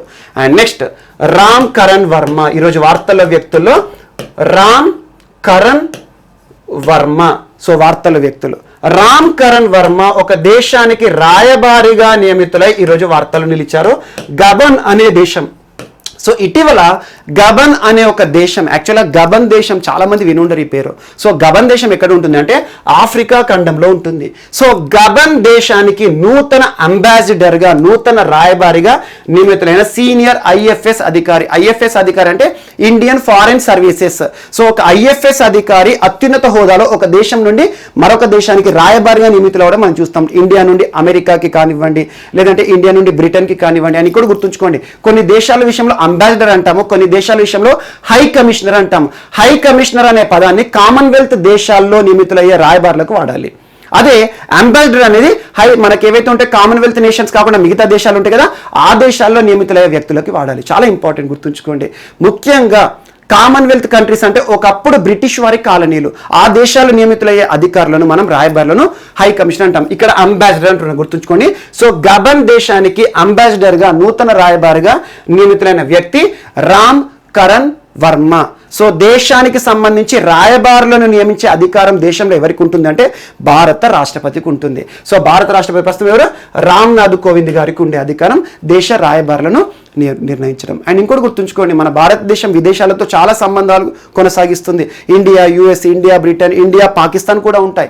అలా ప్రతి దేశంలో కూడా ఈ సంబంధాలు ఏవైతే ఉంటాయో వాటిని పర్యవేక్షణ చేయడానికి భారత్ నుండి అమెరికాలో ఒక రాయబారి ఉంటే, అమెరికా నుండి కూడా భారతదేశంలో ఒక రాయబారి ఉంటారు. అంటే భారతదేశంలో వివిధ దేశాల నుండి వచ్చే రాయబారులు అందరూ ఉంటారు. భారతదేశం నుండి ప్రపంచంలోని ప్రతి దేశంలో కూడా ఒక్కొక్క రాయబారి ఉంటారు. అలా గబన్ దేశం ఒక ఆఫ్రికా ఖండంలోని ఒక దేశము, ఆ దేశానికి నూతన రాయబారిగా నియమితులైన వ్యక్తి Ram Karan Varma. And next, so ఈరోజు వార్తలు నిలిచిన మరొక పర్సన్ ప్రముఖ రచయిత మరియు విద్యావేత్త. సో ఈరోజు వార్తలు నిలిచిన నెక్స్ట్ పర్సన్ ప్రముఖ విద్యావేత్త ఫాతిమా రఫీక్ జకేరియా గారు. ఫాతిమా రఫీక్ జకేరియా గారు మరణిస్తూ వార్తలు నిలిచారు. Important person. పోటీ పరీక్షల్లో ఒక ప్రశ్న అడిగే అవకాశం ఉంది. ఇటీవల మరణించిన ఫాతిమా రఫీక్ జకేరియా గారు ఏ రంగంలో తనకంటూ ప్రత్యేక గుర్తింపు పొందిన వ్యక్తి అంటే ముఖ్యంగా విద్యా రంగంలో తను చేసిన కృషి చాలా వరకు కూడా భారత ప్రభుత్వం కూడా గుర్తించింది. పద్మ పురస్కార గ్రహీత ఫాతిమా రఫీక్ జకేరియా గారు ఈరోజు తుదిశ్వాస విడిచి వార్తలు నిలిచారు. ప్రస్తుతం Maulana Azad education trust, Maulana Azad education trust మరియు ఖైరుల్ ఇస్లాం ఎడ్యుకేషన్ ట్రస్ట్, ఈ రెండు సంస్థలకి సంబంధించి చైర్మన్ గా విధులు నిర్వర్తిస్తున్న ప్రముఖ వ్యక్తి ఫాతిమా రఫీక్ జకేరియా గారు ఈరోజు తుది శ్వాస విడిచి వార్తలు నిలిచారు. And next person, so we అనైముత్తు గారు. వి అనైముత్తు తను తమిళనాడు రాష్ట్రానికి సంబంధించిన వ్యక్తి. యాక్చువల్గా పెరియార్ సిద్ధాంతాలను ప్రజల్లోకి తీసుకుపోవడంలో చాలా నిర్విరామ కృషి చేస్తున్న ఒక వ్యక్తి ఈరోజు తుది శ్వాస విడుస్తూ వార్తలు ఇచ్చారు. అండ్ మార్కిస్ట్ సిద్ధాంతాలు కానివ్వండి, తమిళ భాష గురించి అండ్ తమిళ సంస్కృతి గురించి పెరియారిస్ట్ అంటారు దానిని. సో పెరియార్ సిద్ధాంతాలు అన్నిటిని కూడా ప్రజల్లోకి తీసుకెళ్లడంలో తనకంటూ ప్రత్యేక గుర్తింపు పొందిన వ్యక్తి అండ్ రాష్ట్ర ప్రభుత్వం చే కూడా చాలా మన్ననలు పొందిన ఒక వ్యక్తి ఈరోజు మరణిస్తూ వార్తలు ఇచ్చారు. అనైముత్తు యాక్చువల్గా తమిళనాడు రాష్ట్ర చరిత్రకి సంబంధించి చాలా వరకు కూడా తన గురించి ప్రశ్న అడిగే అవకాశం ఉంది. కానీ ఒక రాష్ట్రానికి సంబంధించి ముఖ్యంగా తమిళ సంస్కృతికి సంబంధించిన వ్యక్తి కాబట్టి నేషనల్ లెవెల్ ఎగ్జామ్స్లో ఒకే ఒక ప్రశ్న అడుగుతారు. ఇటీవల మరణించిన వి అనైమత్తు లేదా వి అనైముత్తు గారు ఏ రాష్ట్రానికి సంబంధించిన వ్యక్తి అంటారు. సో తమిళనాడు రాష్ట్రానికి సంబంధించిన వ్యక్తి, పెరియారిస్ట్, ప్రముఖ మార్కిస్ట్ సిద్ధాంతాల రూపకర్త అనుకోవచ్చు. యాక్చువల్గా మార్కిస్ట్ సిద్ధాంతాలు ఉన్నాయి కదా, ఆ మార్కిస్ట్ సిద్ధాంతాలు ఏవైతే ఉంటాయో వాటిని తనకు అనుకూలంగా మార్చుకొని ప్రజల్లోకి చాలా అవగాహన కార్యక్రమాలు తీసుకెళ్లిన ప్రముఖ వ్యక్తి మరణిస్తూ వార్తలు నిలిచారు అనైముత్తు. అండ్ నెక్స్ట్, సో ఈరోజు పూనం గుప్తా గారు వార్తలు నిలిచారు. పూనం గుప్తా నూతన డైరెక్టర్ జనరల్ గా నియమితులవుతూ వార్తలు ఇచ్చారు. పూనం గుప్తా ఏ సంస్థకి అంటారు? నేరుగా ఒకే ఒక ప్రశ్న, national council for applied economics and research. National council for applied economics and research. దీని యొక్క ప్రధాన కార్యాలయం ఎక్కడ ఉంది? న్యూఢిల్లీ కేంద్రంగా పనిచేస్తున్న ఒక సంస్థ. అప్లైడ్ ఎకనామిక్స్ అండ్ రీసెర్చ్ అంటున్నాను. సో ఎకనామిక్స్ కి సంబంధించిన ఒక సంస్థ. సో ప్రముఖ ఆర్థికవేత్త పూనం గుప్తా గారు ఈరోజు ఈ సంస్థకి నూతన డైరెక్టర్ జనరల్ గా నియమితులవుతూ వార్తలు ఇచ్చారు. నేరుగా ఒకే ఒక ప్రశ్న, ఇటీవల పూనం గుప్తా గారు ఏ సంస్థకి నూతన డైరెక్టర్ జనరల్ గా విధులు బాధ్యతలు చేపట్టబోతున్నట్టుగా వార్తలు నిలిచారు అంటే so national council of applied economics and research New Delhi కేంద్రంగా పనిచేస్తున్న ఒక సంస్థ.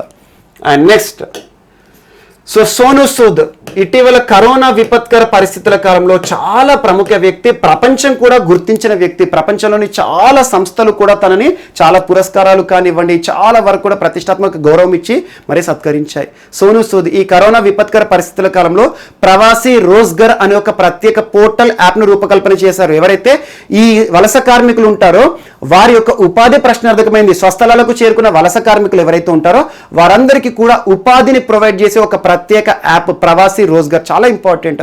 మరియు ఐఎమ్ నో మెస్సయ్యా అనే ఒక పుస్తకాన్ని కూడా రాయడం జరిగింది. అలా చాలా అంశాలతో ఇటీవల సోను సూద్ వార్తలు ఇచ్చారు. ఇటీవల పంజాబ్లోని అమృత్సర్లో తను వ్యాక్సినేషన్ చేయించుకోవడం జరిగింది. అంటే కోవిడ్-19 వ్యాక్సిన్ టీకా తీసుకొని వార్తలు ఇచ్చారు. అండ్ ఇంకొకటి, అది కాదు ఇంపార్టెంట్, ఈ వ్యాక్సినేషన్ కార్యక్రమం సందర్భంగా తను కేంద్ర ప్రభుత్వానికి ఒక లేఖ కూడా రాశాడు. కేంద్ర ప్రభుత్వానికి అండ్ కన్సర్న్డ్ పంజాబ్ రాష్ట్ర ప్రభుత్వానికి. ముఖ్యంగా ప్రభుత్వం 60 సంవత్సరాల పైబడిన వారికి, 45 సంవత్సరాల పైబడిన వారికి వ్యాక్సినేషన్ పనులను ఇస్తుంది. వ్యాక్సినేషన్ అనేది కార్యక్రమాన్ని చేస్తున్నారు.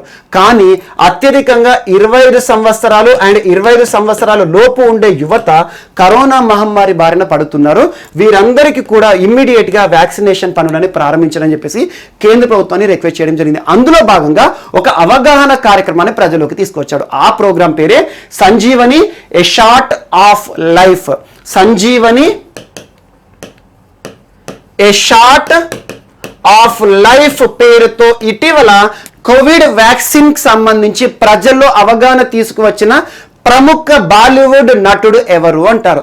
సోను సూద్. నేరుగా గుర్తుంచుకోండి, సోను సూద్ సంజీవని, ఏ షార్ట్ ఆఫ్ లైఫ్ అనే ఒక చిన్న వీడియోని రూపకల్పన చేసి కోవిడ్-19 వ్యాక్సిన్ ఉంటుంది కదా, ఈ వ్యాక్సిన్ పట్ల ప్రజలకు ఉన్న భయాందోళనలు కానివ్వండి, అపోహలు కానివ్వండి, అపనమ్మకాలు కానివ్వండి, వాటన్నిటి కూడా తుడిచిపెట్టే ప్రయత్నం చేయబోతున్నాడు. సో చూడండి, కరోనా విపత్కర పరిస్థితుల కాలంలో ఒక గొప్ప వ్యక్తిగా మనం తనని అభివర్ణించవచ్చు. అండ్ చాలా వరకు కూడా కొన్ని అద్భుతమైన కార్యక్రమాలు, ముఖ్యంగా ఆంధ్రప్రదేశ్ సంబంధించి ఒక రైతు కుటుంబానికి తను ట్రాక్టర్ ఇవ్వడం కానివ్వండి, అండ్ ప్రపంచ సంస్థలు తనకిచ్చిన పురస్కారాలు కానివ్వండి, ఇటీవల కాలంలో తనకు సంబంధించిన అన్ని అంశాలు కూడా ఖచ్చితంగా చూడండి. రానున్న పోటీ పరీక్షలు ఆడవచ్చు.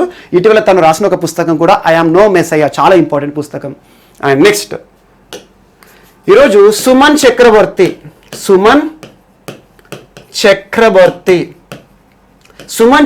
గారు ప్రస్తుతం ఐఐటి కాన్పూర్లో ప్రొఫెసర్గా పనిచేస్తున్నారు. ఐఐటి కాన్పూర్. సో ఐఐటి కాన్పూర్లో ప్రొఫెసర్గా పనిచేస్తున్న సుమన్ చక్రవర్తి గారు జిడి బిర్లా ఫౌండేషన్ కి సంబంధించి 38th అవార్డీగా ఈరోజు వార్తలు ఇచ్చారు. GD Birla 38th award. ఈ అవార్డు సైంటిఫిక్ రీసెర్చ్ ఫీల్డ్ లో ఇస్తుంది బిర్లా ఫౌండేషన్ వారు. 1991 ఇయర్ నుండి కూడా ఈ పురస్కారాన్ని ఇవ్వడం జరుగుతుంది. సో 38th అవార్డీగా వార్తలు ఇచ్చాడు సుమన్ చక్రవర్తి. చాలా ఇంపార్టెంట్, గుర్తుంచుకోండి. ఎందుకంటే జిడి బిర్లా ఫౌండేషన్ ఏం చేస్తారంటే ముఖ్యంగా సైంటిఫిక్ రీసెర్చ్ సంబంధించి, సైన్స్ అండ్ టెక్నాలజీ సంబంధించి పరిశోధనలు చేసే ప్రముఖ వ్యక్తులు ఎవరైతే ఉంటారో వారికి ఒక పురస్కారాన్ని ఇవ్వడం జరుగుతుంది, జిడి బిర్లా అవార్డు అనే పేరుతో. సో అలా జిడి బిర్లా పురస్కారం 30th ఎడిషన్ పురస్కార గ్రహీత ఇటీవల వార్తలు ఇచ్చిన పర్సన్ ఎవరంటే సుమన్ చక్రవర్తి. సో ఐఐటి కాన్పూర్లో ప్రస్తుతం ఒక ఫ్యాకల్టీగా, ఒక ప్రొఫెసర్గా పనిచేస్తున్నారు. And next, Carl Bildt. So WHO world health organization ఎక్కడ ప్రధాన కార్యాలయం? జెనీవా. ప్రస్తుతం దీనికి సంబంధించి చీఫ్ ఎవరున్నారు? టెడ్రాస్ అధనం గారు. సో టెడ్రాస్ అధనం గారు ప్రముఖ వైద్యుడు మరియు వైద్య శాస్త్రంలో తనకంటూ ప్రత్యేక గుర్తింపు పొందిన ఒక ప్రముఖ వ్యక్తి. కార్ల్ బిల్ట్ అనే ఒక వ్యక్తిని ACT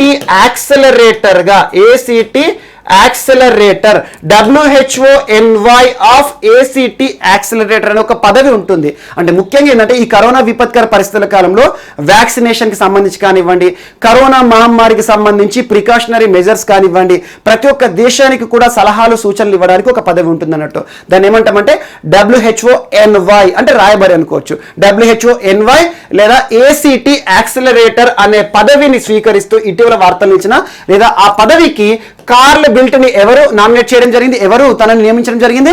WHO chief Tedros Adhanom. So WHONY గా నూతన NY గా కార్ల్ బిల్ట్ ని నియమిస్తూ ఈరోజు ఒక కీలక నిర్ణయం తీసుకొని వార్తలు ఇచ్చారు. సో తన గురించి ప్రశ్న అడిగితే అడగవచ్చు, లేకపోతే లేదు. కాకపోతే టెడ్రాస్ అదనం గారు మాత్రం చాలా ఇంపార్టెంట్. ఎందుకంటే ఇటీవల కరోనా విపత్కర పరిస్థితుల కాలంలో ప్రతిరోజు వార్తలు నిలుస్తున్న ఒక ఐక్యరాజ్య సమితి అనుబంధ సంస్థ, ప్రపంచ సంస్థ, ఆరోగ్య రంగానికి సంబంధించి వరల్డ్ హెల్త్ ఆర్గనైజేషన్ WHO అంటే ఇక్కడ హెడ్ క్వార్టర్ వచ్చేసి జెనీవా కేంద్రం పనిచేస్తుంది. ఇటీవల మనం చూసాం ఏప్రిల్ 7వ తేదీ మనకు వరల్డ్ హెల్త్ డేగా సెలబ్రేట్ చేసుకుంటాం. సో దీని యొక్క ఫౌండేషన్ డే దృష్టిలో ఉంచుకొని సో అలా WHO ఆధ్వర్యంలో ఏ ప్రముఖ దినోత్సవాలను నిర్వహిస్తుందో వాటిపైన ప్రత్యక్ష ఎదురు చూపండి. ఈ కరోనా విపత్కర పరిస్థితుల కాలంలో చాలా ఇంపార్టెంట్. సో ఈరోజు WHONY గా నూతన NY గా లేదంటే ACT యాక్సిలరేటర్ గా నియమితులైన వ్యక్తి కార్ల్ బిల్ట్.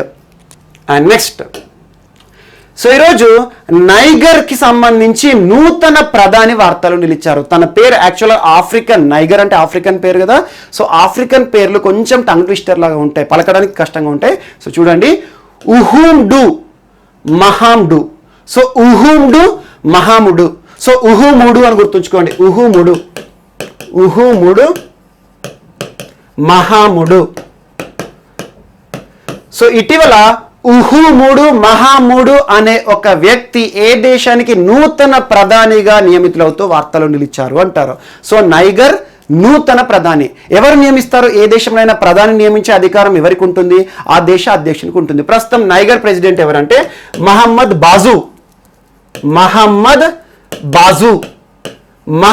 బాజు ప్రస్తుతం నైగర్ దేశ అధ్యక్షుడు. ప్రస్తుతం ఆ దేశంలో ఒక మంత్రిగా విధులు నిర్వర్తిస్తున్న ఉహుముడు మహాముడు అనే ఒక వ్యక్తిని, మహాముడు అనే వ్యక్తిని నూతన ప్రధానిగా నియమిస్తూ కీలక నిర్ణయం తీసుకోవడం ఈరోజు వార్తలు ఇచ్చింది. ఏ దేశానికైనా కూడా గుర్తుంచుకోండి, నూతనంగా వార్తలు నిలుస్తున్న ప్రధానులు కానివ్వండి, ప్రెసిడెంట్లు కానివ్వండి, వారి గురించి ఖచ్చితంగా అడిగే అవకాశం ఉంటుంది. ఎగ్జాంపుల్ నిన్నటి క్లాస్లో మనం కొసోవో దేశానికి సంబంధించి జోసా అనే ఒక మహిళ గురించి నేర్చుకున్నాం, చాలా ఇంపార్టెంట్. సో ఇలాంటివి ఖచ్చితంగా చూడండి. అండ్ నెక్స్ట్ ఈరోజు నేత్రా కుమనన్ వార్తలు నిలిచింది. నేత్రా కుమనన్ చాలా ఇంపార్టెంట్ పర్సన్. సో నేత్రా కుమనన్తో పాటు కొంతమంది పేర్లు గుర్తుంచుకోండి. విష్ణు శరణన్, గణపతి చెంగప్ప, వరుణ్ ఠక్కర్. సో ఈ నలుగురు పేర్లు మాత్రం ఖచ్చితంగా గుర్తుంచుకోండి. ఈ నలుగురు ఏంటంటే యాక్చువల్గా నిన్నటి వరకు న్యూస్ ఏంటంటే నేత్రా కుమనన్ మొట్టమొదటి భారతీయురాలు, ఒక మహిళగా, ఒక సేలర్ ఒలింపిక్స్ లో స్థానాన్ని సంపాదించుకొని వార్తలు ఇచ్చింది. ప్రస్తుతం ఒలింపిక్స్ కి సంబంధించి క్వాలిఫైయింగ్ మ్యాచెస్ జరుగుతున్నాయి. ఆసియా క్వాలిఫైర్స్ ఎక్కడ వేదికగా జరుగుతున్నాయి అంటే ఒమన్ వేదికగా జరుగుతున్నాయి. సో ఒమన్ వేదికగా జరుగుతున్న ఆసియా క్వాలిఫైర్స్ లో నేత్రా కుమనన్ రానున్న ఒలింపిక్స్ లో ఒక సేలర్ అంటే ఏంటంటే మనకు ముఖ్యంగా వాటర్ స్పోర్ట్స్ అనుకోవచ్చు. ఒక సేలర్ గా భారతదేశం నుండి మొట్టమొదటి మహిళ సేలర్ గా ఈ రానున్న ఒలింపిక్స్ లో చోటు సంపాదించుకొని ఒక రికార్డు సృష్టించింది.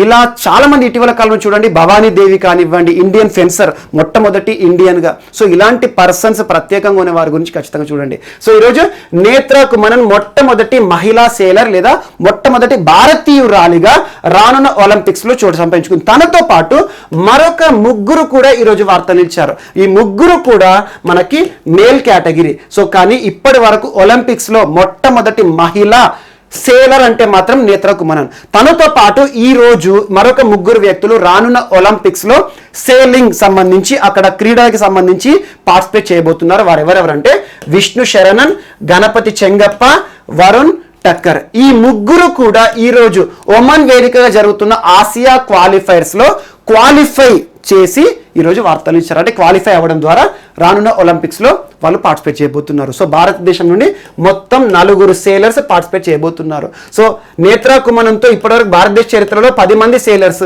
ఈ ముగ్గురుతో కలిపితే టోటల్గా ఇండియన్ హిస్టరీలో ఇప్పటి వరకు ఒలింపిక్స్లో పార్టిసిపేట్ చేయనున్న సేలర్స్ ఎంతమంది అంటే 13 పర్సన్స్. ఈ సంవత్సరానికి సంబంధించి 4. ఈ పేర్లు గుర్తుంచుకోండి. And next, so FIFA federation international football association. Federation international football association అంటే ఏంటంటే ప్రపంచంలో ఫుట్బాల్కి సంబంధించి నిర్వహణ నియంత్రణ చేసే ఒక సంస్థ. సో ఫిఫా ఆధ్వర్యంలో ఫుట్బాల్కి సంబంధించి వరల్డ్ కప్లు కానివ్వండి, సింపుల్గా చెప్పాలంటే క్రికెట్కి సంబంధించి ఐసీసీ ఉంటుంది కదా, ఇంటర్నేషనల్ క్రికెట్ కౌన్సిల్, అలా ఫుట్బాల్కి సంబంధించి ఫిఫా ఉంటుంది. ఒక్కొక్క దేశంలో ఒక్కొక్క ఫుట్బాల్ అసోసియేషన్ ఉంటుంది, కానీ అన్ని ఫుట్బాల్ అసోసియేషన్స్ కూడా ఫిఫా గైడ్లైన్స్ ఆధారంగా నడుచుకోవాల్సి ఉంటుంది. సో అలా ప్రపంచంలో ఫుట్బాల్కి సంబంధించి అత్యున్నత సంస్థ ఫిఫా. దీని యొక్క హెడ్ క్వార్టర్ ఎక్కడ ఉందంటే జూరిచ్లో ఉంది.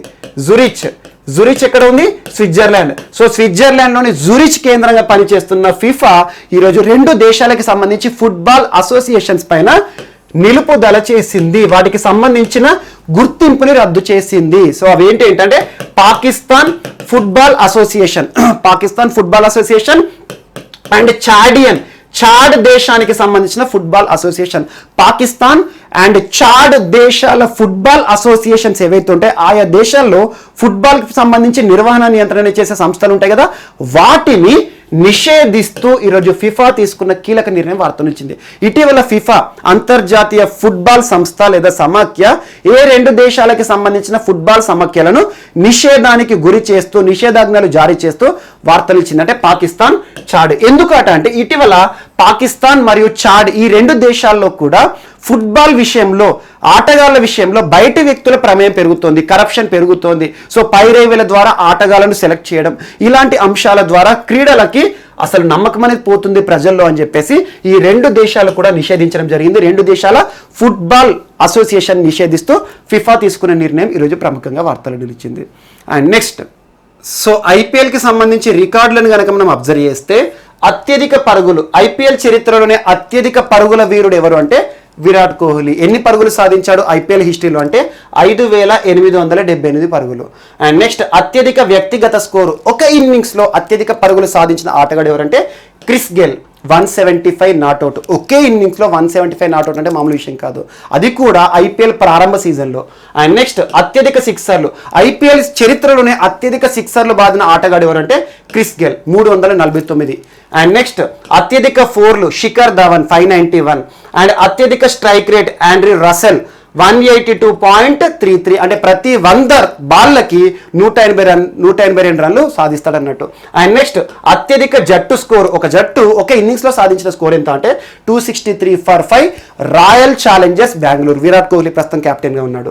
అండ్ అత్యల్ప జట్టు స్కోరు అంటే ఐపీఎల్ హిస్టరీలో ఒక ఇన్నింగ్స్లో అతి తక్కువగా స్కోర్ ఏ జట్టు నమోదు చేసింది అన్నట్టు. సో బెంగళూరు, అది కూడా 49 ఆల్అౌట్. సో 2 అత్యధికం అత్యల్పం 2 కూడా బెంగళూరు పేరిటే ఉన్నాయి. అండ్ అత్యధిక వికెట్లు లసిత్ మలింగ, ముంబై ఇండియన్స్ ఆటగాడు బౌలింగ్ సంబంధించి. సో 170 ఐపీఎల్ చరిత్రలో అత్యధిక వికెట్ల వీరుడు అంటే లసిత్ మలింగ, శ్రీలంకకు సంబంధించిన వాడు 170. అండ్ ఉత్తమ బౌలింగ్ అల్జారీ జోసెఫ్, అంటే ఒక ఇన్నింగ్స్లో అత్యధిక వికెట్లు సాధించడం, ఎకనామికల్గా బౌలింగ్ చేయడం 6 for 12. అంటే 4 ఓవర్లలో 6 వికెట్లు సాధించాడు, 12 రన్లు మాత్రమే ఇచ్చాడు అన్నట్టు. అండ్ నెక్స్ట్, అత్యధిక సెంచరీలు, ఐపీఎల్ హిస్టరీలో అత్యధిక సెంచరీలు బాదిన ఆటగాడు క్రిస్ గేల్. ఇక్కడ క్రిస్ గేల్ చూడండి 3 విషయాలు ప్రత్యేకం. ఒకటి అత్యధిక సెంచరీలు, అత్యధిక సిక్సర్లు, అత్యధిక వ్యక్తిగత స్కోరు వేరు, ఐపీఎల్ అత్యధిక పరుగులు వేరు, గుర్తుంచుకోండి. అండ్ నెక్స్ట్, అత్యధిక డాట్ బాల్స్, అంటే ఐపీఎల్ చరిత్రలో ఎకనామికల్ బౌలర్ అనొచ్చు, అంటే ఏంటంటే తక్కువ పరుగులు ఇచ్చిన ఆటగాడు అనొచ్చు, అంటే బౌలింగ్. సో అలా హర్భజన్ సింగ్ 1249. చాలా ఇంపార్టెంట్, ఈ రికార్డులు గుర్తుంచుకోండి. సో ప్రస్తుతం ఐపీఎల్ 14th సీజన్ ప్రారంభమవుతుంది కాబట్టి ఈ రికార్డులన్నీ కూడా కొంచెం మార్పులు చూడొచ్చు. So as on today IPL 13th edition వరకు ఈ రికార్డులు గుర్తుంచుకోండి. ఈ రోజు నుండి ఐపీఎల్ ప్రారంభం అవ్వడం జరిగింది. సో ఇవి ఈరోజు వార్తలో నిలిచిన అంశాలు. మిస్లేనియస్ అంశాలు మనం మిగిలిపోతే మాత్రం మనం రేపటి క్లాస్లో యాడ్ చేసుకొని నేర్చుకుందాం. రేపు కలుద్దాం. Thank you.